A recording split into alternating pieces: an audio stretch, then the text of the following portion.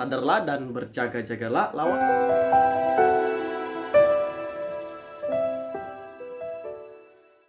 Shalom, salam damai sejahtera. Senang bisa jumpa dengan saudara semuanya, sahabat-sahabat semuanya.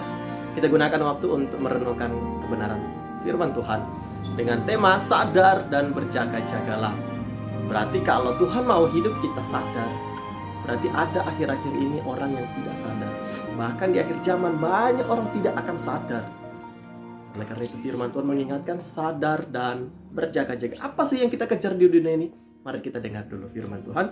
Berkata di dalam 1 Petrus 5 ayat 8, sadarlah dan berjaga-jagalah, lawanmu si iblis berjalan keliling sama seperti singa yang mengaum-mengaum dan mencari orang yang dapat ditelannya. Ingat, iblis mau supaya kita tidak sadar. Oleh karena itu Tuhan melalui hamba-hambanya mengingatkan sadar, sadar, dan sadar. Tuhan mau kita sadar, sadar, dan sadar. Akhir-akhir ini banyak orang tidak sadar akhir-akhir ini, lebih memperhatikan kehidupan orang lain, tidak memperhatikan cara hidupnya, lebih memperhatikan milik orang lain, suami orang lain, rumah tangga orang lain, istri orang lain, dan apa yang dimiliki orang lain, tidak memperhatikan apa yang dimilikinya, tidak memperhatikan suami sendiri, tidak memperhatikan istri sendiri, tidak memperhatikan milik pekerjaannya sendiri. Di situasi pandemi seperti ini banyak orang memperhatikan situasi dan timbul rasa takut, tidak lagi sadar dan memperhatikan untuk tetap tenang di dalam Tuhan. Orang marah itu nggak sadar sehingga dia melakukan kesalahan. Orang menangis-nangis ketakutan sehingga dia tidak sadar dia melakukan kesalahan.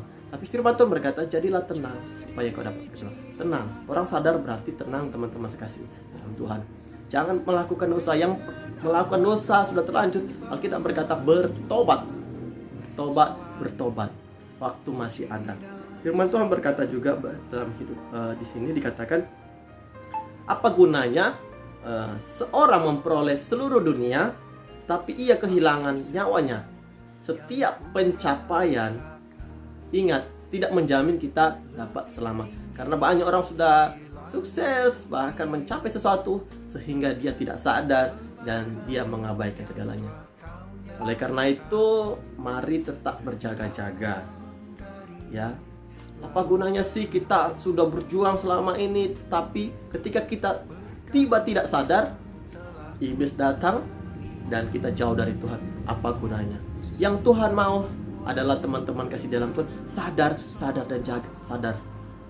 Nah, saya akan bagikan poin-poin yang pertama. Apa sih yang Tuhan mau ketika kita sadar? Yang pertama adalah kita masih ingat firman yang menyelamatkan kita.